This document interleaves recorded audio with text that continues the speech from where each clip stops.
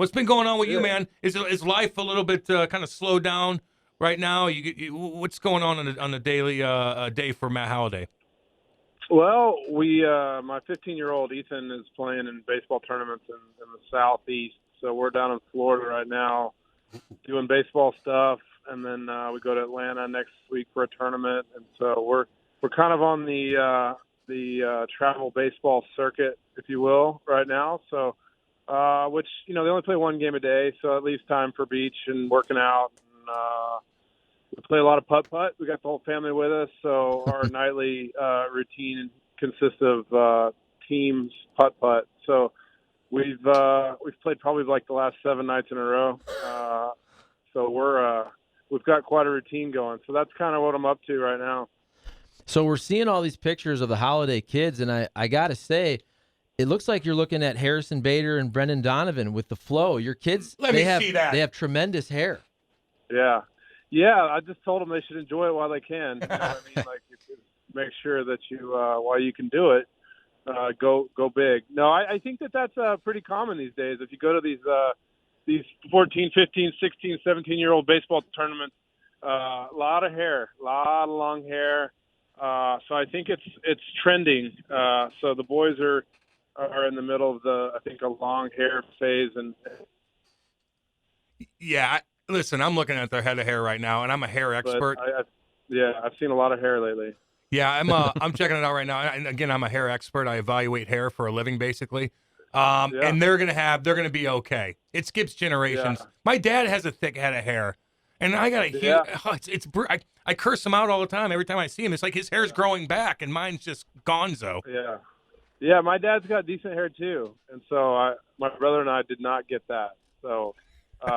That's a tricky one. I don't really know the science behind that, but unfortunately, I did not get the good hair gene. So were you able to watch much of the Cardinals series there in Boston, losing 2 or 3? Fun, entertaining series to watch, and the last game doesn't go the Cardinals' way, but some good competitive games against the Swaks.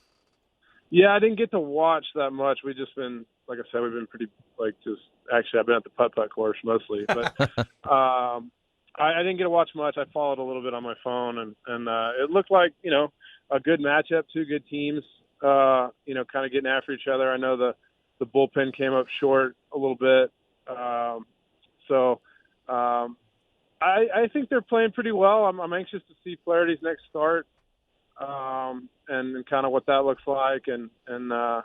But, like watching some of these young guys play well has been fun. And Nolan hit a couple homers, which is good. It gets hot. If he and Goldie are hot at the same time, that usually lends itself for some good offense. So obviously this Milwaukee series coming up is very important and should be pretty exciting.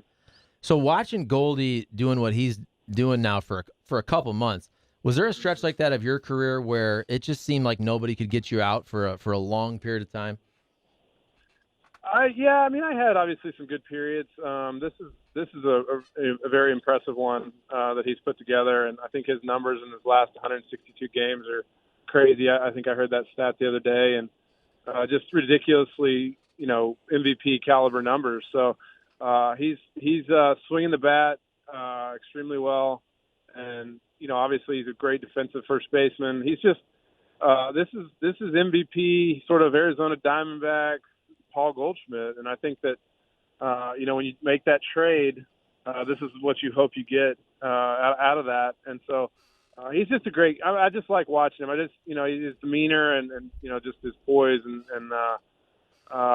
he's a great player. So it's I think I had one stretch. Actually, when I got traded over to the Cardinals, I had about a 2-month stretch where my numbers were pretty good in 09, and there was some times in 07, and I don't know what they compare to his, but it's a fun time when you go to the field every day and you feel like you're going to get 2 hits and you're seeing the ball really well, and it doesn't really matter who's pitching. That's the good feeling that you chase when you're not there. What about, and you've been through this, I've been through this, where, I look at a guy like Tyler O'Neill, where you're just crushing things, and I mean, just playing great ball, but you can't stay healthy. Like, explain to the people how difficult that is, man. You're having a great year. You're doing playing great, you're consistent, and all of a sudden you just keep getting banged up, and it sets you back. So let people know how difficult that is to deal with. Yeah, I think it takes a toll, obviously, emotionally.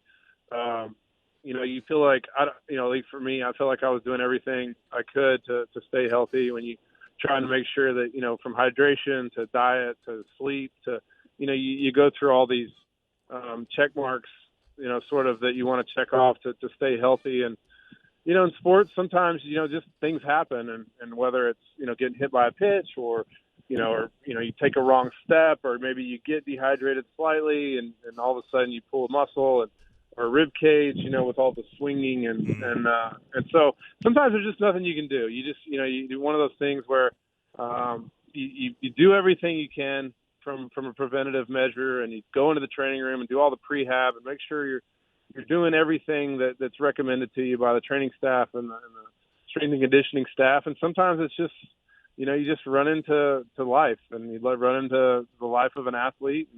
And, I think it's more of a mental test. Obviously, you know that you're going to get back physically, the rehab, and but staying strong and staying motivated to keep pushing and get back as fast as you can. I think is what we as athletes, you use the next rehab as like a competition. We always want to compete. Okay, well, how do I get back the fastest and get back to healthy and get back out on the field for my boys? And I think that's the mentality you have to take. I mean, look, you look at him, and he's built out of granite, like chipped away. And you're the same type. I mean, you ever feel like when you're working out, like, man, I can't get too big.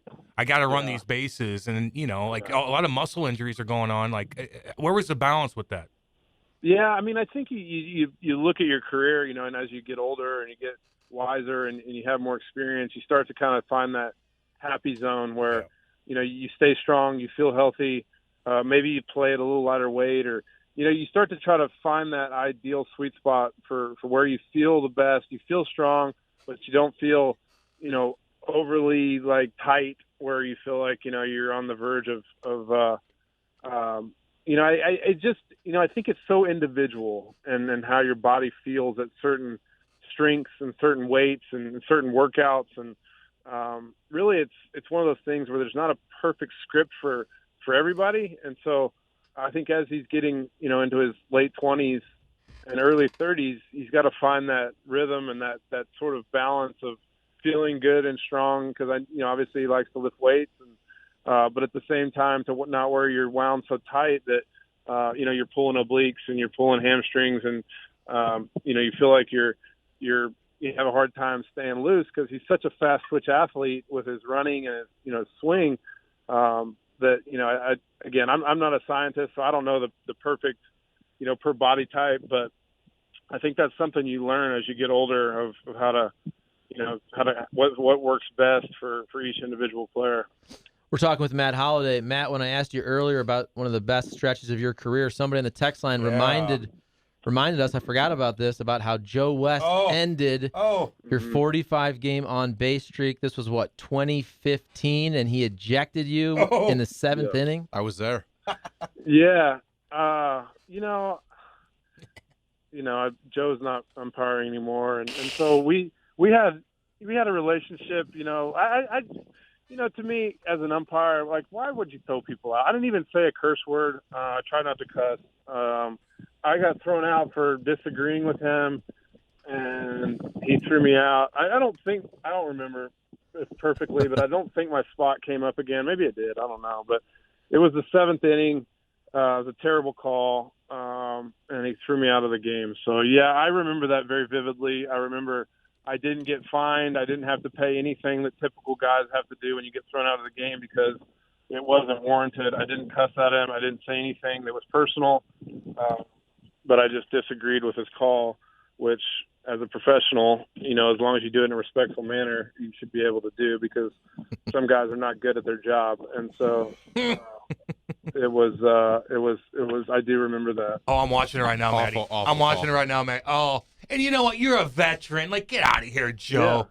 Yeah. Dude, he shooed me away. I think he shooed me away. Like, he kind of gave me the go away sign very disrespectfully, but he shooed you away like a child. Oh, that pissed me off. Oh, now Matheny's coming out. I'm sorry, watching that. Brings back. Yeah, no worries. Yeah, all good. Hey, somebody chimed in that said, "You ready for the MLB draft?" Yeah, it's an exciting time. Jackson is kind of in a. This is the first time he hasn't played summer ball in a while, just because it's kind of in that holding zone, that waiting zone to see what happens with the draft. So we're inside of a month now, and he's itching to compete. That's probably why our putt-putt games have gotten a little bit intense. We've got a lot of competitive people in my house, so it's exciting. As you get closer, you start to, I guess, you'll start to gather more information.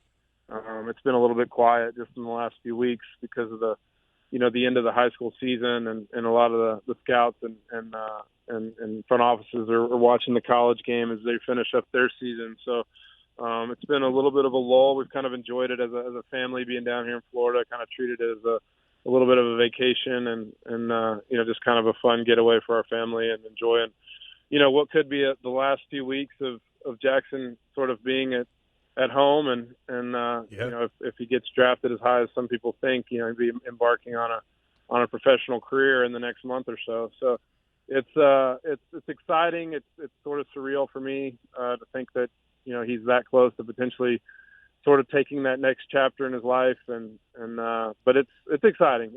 We're looking forward to July 17th. Because you brought up putt-putt, I forgot the rules. Isn't it kind of like croquet where if you have a tough battle, instead of trying to put in the hole, can't you send somebody else's ball and hit their ball? Does that ever happen in the Holliday household? Oh, I like that. We've been playing it by the book, but I'm always up for rule changes that make things a little more interesting. So, we have a lot of putter tosses. My 8-year-old does not handle losing well. There's tears. My daughter's 12 and she knows how to poke him a little bit, and so they're not allowed to talk each other during putt-putt. So it gets a little heated. But I do like the idea of rule changes. Hey, I know you live in Oklahoma. Last one for you, but you go down to Florida. Are you like, dang, man, I might have to get a place down here? Or do you have a place? He did, right? We did. We lived here for a while. We're down in Jupiter area. We had a house here for 7 or 8 years, and it's beautiful. I mean, it's obviously very nice, and we sold our house here, but we like coming back here. We still have friends around the area, and so we're very familiar with the area, but there's no perfect place to live. We like that, Oklahoma, we have family close. And so, I don't know, someday, when the kids get a little older, we might consider getting a little place here to come down here and there. But it is nice to be out on the beach and in the ocean and doing those kind of things. Oh yeah. Well, man, good luck to you. And we'll talk to you next week. Appreciate you coming on, big boy. All right, fellas. Tell Jim we missed him. So, no, he didn't. Kind of. I know. All right. We'll see you guys. See you, See you, Matty. Matt. Thanks. Right on. That was Matty Holliday. Always coming on every single Monday with us. And he's down in Florida doing this thing, playing a little putt-putt, getting ready for that MLB draft. He's so humble. I like when parents are humble about their kids. Usually ex-players are. They're pretty realistic. Even if, Walt's the same way with Matthew. Anytime you ask Walt about Matthew, he'll be like, well, he still skates with a piano on his back or something. He'll say something to kind of balance it out a little bit when he's a superstar. That's a good comparison, though, because Walt has 2 stud kids. Studs. Now, Matt Holliday's kids are much younger, so they have to get there and prove it. But that could be a good comparison if Matt Holliday ends up having 2 just absolute stud professional baseball I have a feeling he will. I'm looking at the mock draft right now, and he's looking like he's going to be the first pick going to the Orioles. It's not set in stone, but it's elite company. He's going to be up there with, Machado, Matt Wieters, Mike Mussina, Nick Markakis. Some big picks. The thing with the Orioles is, even though you look at the Orioles, you think, oh, they actually are stacked in the minor leagues. Yeah. So traditionally I'd say, oh, I don't want to go to the Orioles. But if they're ready to win in the next 5 years, now this is a high school kid, so it's going to take him it might take him 4 years to get to the big leagues. But the Orioles are set up to succeed for the next 5 years. So that's So who's the top 5 pick? What teams are picking top 5? Got the Orioles, Diamondbacks, Rangers, Pirates, and Nationals. Which one would you go to? Nationals would be nice, The just nicest because one? organizationally they've proven it. They're in a downturn right now, but they can win. What about the A's? They're not in that. They are. No, Cubs. Weren't the A's decent last year? Yeah, they're okay, weren't they? Yeah. Yeah, they had a good year last year. So if you're And then Maddie they just tanked. and you're looking at like the teams that draft your kid, you're like Baltimore, like okay, like we could deal with that. Well, You don't want Pirates. You don't want Pirates. You don't want Reds. You know, the Rangers just spent a ton of money. Now, you can argue they didn't spend it wisely, but that's a big market. Texas, I think, damn right. I think you want your kid to go to a good organization, first and foremost, but also you want your kid to have the best chance to succeed and make a ton of money. And, you know, if you're the Pirates, chances are they're going to have you around for a couple years, then trade you. I know they signed Key Brian Hayes to a longer-term deal, but for the most part with the Pirates, they don't sign you to the big free agent deal. So funny. Eric in Central West End chimes in and goes, just saw us on Twitter. If your grade school coach wasn't wearing these shorts, he wasn't a baseball coach. You know those tight, like polyester shorts where, you know, your things kind of sticking out? Shorts. Yeah. The football coaches did that too. Art Mueller. With an undersized polo shirt. My dad used to wear those kind of shorts.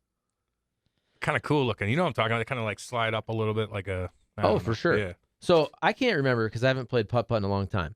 Can't you also, you hit the other person's ball? I don't play it. I don't play putt-putt. That was the most fun part about croquet, is when you can send somebody You else's played croquet? ball. Oh, dude, we played it all the time. What is croquet? that? You hit the ball. You got those hard balls. Yeah. You got the mallets. You have all those wickets. And you have a little course set up.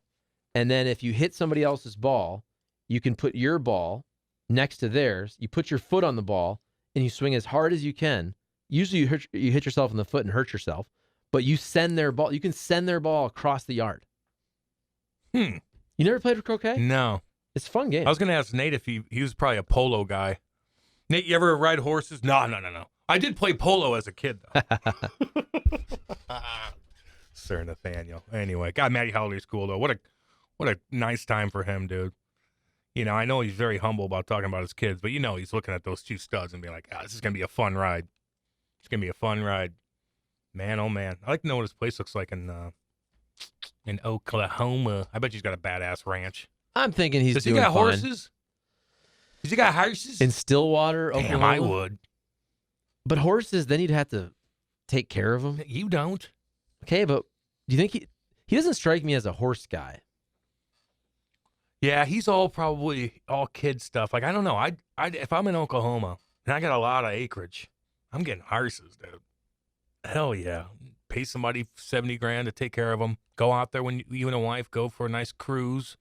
Go to your little spot, set up a picnic. Hell yeah.